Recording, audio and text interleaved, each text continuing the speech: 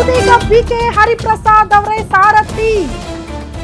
ಕುತೂಹಲ ಇತ್ತು ಕೊನೆಯ ಕ್ಷಣದ ತನಕ. ಬಿಕೆ ಹರಿಪ್ರಸಾದ್ ಅವರೇ ಫೈನಲ್ ಅಂತೆ. ಕೊನೆ ಕ್ಷಣದಲ್ಲಿ ಜಾರಕಿಹೊಳಿಗೆ ತಪ್ಪಿದೆ ಕೆಪಿಸಿಸಿ ಅಧ್ಯಕ್ಷ ಪಟ್ಟ.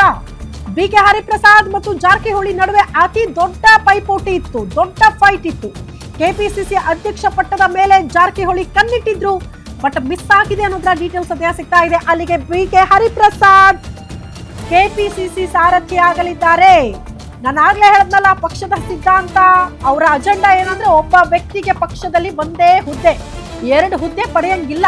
ಅದು ಡಿ ಕೆ ಶಿವಕುಮಾರ್ ಅವರ ವಿಚಾರದಲ್ಲಿ ಬೇರೆ ಆಗಿತ್ತು ಬಿಡಿ. ಅವ್ರ ಪಕ್ಷಕ್ಕಾಗಿ ಕೆಲಸ ಮಾಡಿದ್ದು ಮತ್ತೆ ಅವ್ರಿಗೆ ಸಿಎಂ ಸ್ಥಾನ ಸಿಗ್ಲಿಲ್ಲ ಅನ್ನೋ ಕಾರಣ ಕನ್ವಿನ್ಸ್ ಮಾಡೋದಕ್ಕೆ 2 ಸ್ಥಾನ ಕೊಟ್ಟಿದ್ರು. ಬಿಟ್ರೆ ಅದ್ರ ಬಗ್ಗೆನೂ ಕೆಲವರು ತಕರಾರು ಎತ್ತಿದ್ರು, ಅವ್ರಿಗೆ ಕೊಟ್ಟಿದ್ದೀರಿ ನಮಗೆ ಹಾಕಿಲ್ಲ ಅಂತ.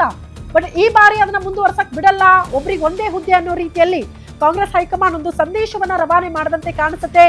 ಬಿಕೆ ಹರಿಪ್ರಸಾದ್ ಐ ಥಿಂಕ್ ಅವರೇ ಕೆಪಿಸಿಸಿ ಅಧ್ಯಕ್ಷರು ಆಗಲಿದ್ದಾರೆ. ಅಧಿಕೃತವಾಗಿ ಅನೌನ್ಸ್ ಆಗಬೇಕಷ್ಟೇ. ಸತೀಶ್ ಜಾರಕಿಹೊಳಿ ಅವರು ಆಗಬೇಕು ಅಂತ ಆಸೆ ಪಟ್ಟರು, ಬಟ್ ಈಗ ಅವರು ಸಚಿವ ಸ್ಥಾನವನ್ನ ಕನ್ಫರ್ಮ್ ಮಾಡ್ಕೊಂಡಿರೋದ್ರಿಂದ ಅವರಿಗೆ ಕೆಪಿಸಿಸಿ ಅಧ್ಯಕ್ಷ ಪಟ್ಟ ತಪ್ಪಿದೆ ಅನ್ನೋದ್ರ ಡೀಟೇಲ್ಸ್ ಸದ್ಯ ಸಿಗ್ತಾ ಇದೆ.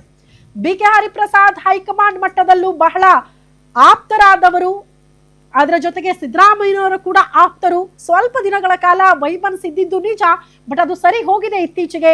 ಬಿಕೆ ಹರಿಪ್ರಸಾದ್ ಅವರು ಕೂಡ ಸಿದ್ದರಾಮಯ್ಯನವರನ್ನ ಭೇಟಿ ಹಾಕಿ ಎಲ್ಲವನ್ನ ಸರಿ ಮಾಡಿ ಒಗ್ಗಟ್ಟಾಗಿದ್ದೀವಿ ಅನ್ನುವಂತ ಸಂದೇಶವನ್ನ ಈ ಹಿಂದೆ ಕೊಟ್ಟಿದ್ದನ್ನ ಗಮನಿಸಿದ್ವಿ. ಬಟ್ ಈಗ ಅಗೇನ್ ಬಿಕೆ ಹರಿಪ್ರಸಾದ್ ಅವರಿಗೆ ಕೆಪಿಸಿಸಿ ಅಧ್ಯಕ್ಷ ಪಟ್ಟ ಕೊಡೋದ್ರಲ್ಲಿ ಪಕ್ಷ ಮನಸ್ಸು ಮಾಡಿದೆ, ಹೈಕಮಾಂಡ್ ಅಸ್ತು ಅಂದಿದೆ ಅನ್ನೋದ್ರ ಡೀಟೇಲ್ಸ್ ಸದ್ಯ ಸಿಗ್ತಾ ಇದೆ. ಅಲ್ಲಿಗೆ ಸಿದ್ದರಾಮಯ್ಯನವರು ಆಪ್ತರೂ ಆಗಿದ್ದಾರೆ, ವರಿಷ್ಠರಿಗೂ ಬಹಳ ಹತ್ರ. ಆದ್ರೆ ಹೈಕಮಾಂಡ್ ಮಟ್ಟದಲ್ಲಿ ಅಲ್ಲಿಗೆ ಪಕ್ಷ ಸಂಘಟನೆ, ಪಕ್ಷದ ಇಡೀ ಜವಾಬ್ದಾರಿ ಬಿಕೆ ಹರಿಪ್ರಸಾದ್ ಅವರ ಹೆಗಲಿಗೆ ಹಾಕುವುದಕ್ಕೆ ಪಕ್ಷ ನಿರ್ಧಾರ ಮಾಡಿದೆ ಅನ್ನೋದ್ರ ಡೀಟೇಲ್ ಸಿಗ್ತಾ ಇದೆ. ಅಲ್ಲಿಗೆ ಅಧಿಕೃತ ಘೋಷಣೆ ಒಂದೇ ಬಾಕಿ, ಆದ್ರೆ ಆಲ್ಮೋಸ್ಟ್ ಬಿಕೆ ಹರಿಪ್ರಸಾದ್ ಅವರಿಗೆ ಕೆಪಿಸಿಸಿ ಅಧ್ಯಕ್ಷ ಪಟ್ಟ ಕನ್ಫರ್ಮ್ ಆಗಿದೆ ಅನ್ನೋದ್ರ ಡೀಟೇಲ್ಸ್ ಸದ್ಯ ಸಿಗ್ತಾ ಇದೆ.